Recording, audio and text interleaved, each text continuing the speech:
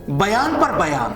क्या वाकई राजस्थान के नेताओं ने ठाना हुआ है कि वो हाथ को कमजोर करके ही छोड़ेंगे?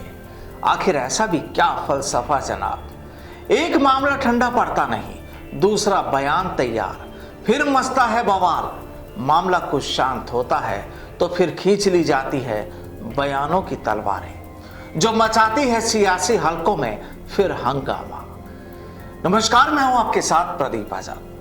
राजस्थान के मंत्री राजेंद्र गुढ़ा ने एक बार फिर कह दिया कि अगर सचिन पायलट को सीएम नहीं बनाया तो चुनाव में कांग्रेस के एक कार में बैठने जितने ही विधायक जीतेंगे। एक फॉर्च्यूनर में आ जाएंगे सब, चारों धाम की यात्रा के लिए। अब ये मसला क्या है और इसके पीछे की कहानी क्या है, उस पर भी चर्चा करेंगे। लेकिन उससे पहले आपको बता दें कि गुढ़ा के बयान का कांग्रेस विधायक दिव्या मधेंडा ने भी समर्थन किया है।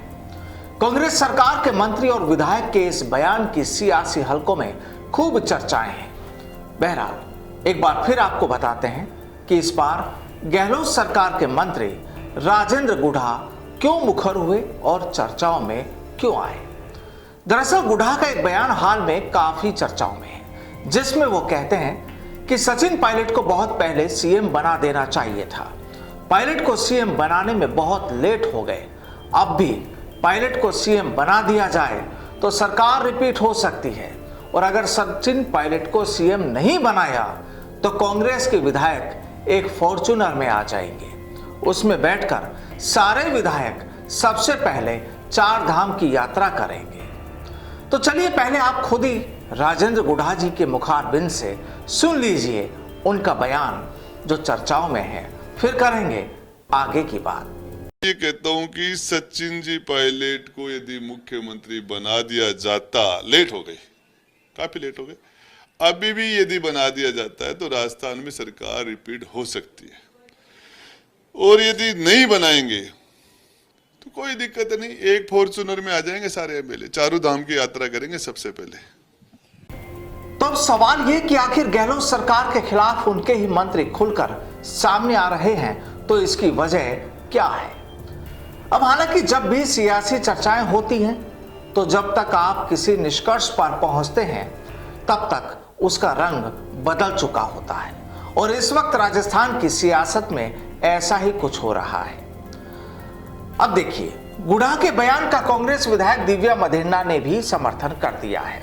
गुढ़ा के बयान वाले वीडियो को शेयर करते हुए दिव्या मधेंडा ने ट्वीट कर ब्यूरोक्रेसी पर निशाना साध डाला। दिव्या मधेंडा ने लिखा है कि नौकरशाही की कार्यशैली से ऐसा लग रहा है कि कांग्रेस सरकार को एक फॉर्च्यूनर में बिठाने का कोई अखंड संकल्प ले चुकी है। दरअसल यहां सवाल राजस्थान की ब्यूरोक्रेसी पर भी है, और ऐसा क्यों हो रहा है उसकी वजह से भी आप बखूबी वाकिफ होंगे। आपको याद होगा कि राजेंद्र सिंह गुढ़ा और दिव्या मधेंडा ने 25 सितंबर से ही गहलोत कैंप के खिलाफ मोर्चा खोला हुआ है।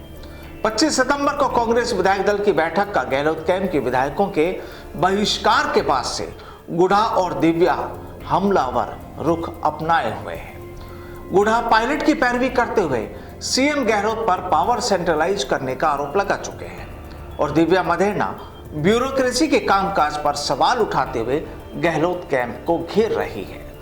वहीं दूसरी तरफ सचिन पायलट खेमा विधायक दल की बैठक के बहिष्कार के जिम्मेदार 3 नेताओं के खिलाफ कार्रवाई की मांग कर चुका है और कर रहा है। खुद सचिन पायलट ने पिछले दिनों कहा था कि विधायक दल की बैठक का बहिष्कार करने वाले नेताओं के खिलाफ जल्द एक्शन होना चाहिए। पायलट ने उस दिन मानगढ़ धाम के कार्यक्रम में प्रधानमंत्री नरेंद्र मोदी के सीएम गहलोत की तारीफ करने पर भी तंज कसते हुए गुलाम नबी आजाद से तुलना कर सियासी चर्चाएं छेड़ दी थी। लेकिन वहीं अब राजेंद्र गुढ़ा के बयान को हाईकमान के एक्शन लेने में देरी से उपजी हताशा के तौर पर देखा जा रहा है। गुढ़ा के अलावा पायलट भी तीनों नेताओं के खिलाफ एक्शन की मांग कर चुके हैं, लेकिन अब तक हालात जस के तस है, यानी जैसे हालात पहले थे वही हालात आज भी है।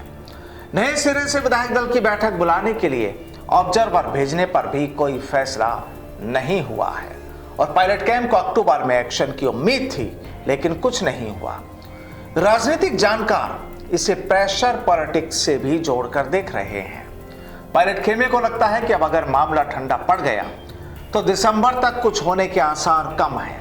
दिसंबर आखिर तक तो राहुल गांधी की भारत जोड़ो यात्रा राजस्थान में रहेगी और इसके बाद बजट सत्र आ जाएगा। पायलट खेमा जल्द एक्शन चाहता है और इसीलिए बयानबाजी के पीछे हताशा और प्रेशर पॉलिटिक्स दोनों फैक्टर देखे जा रहे हैं।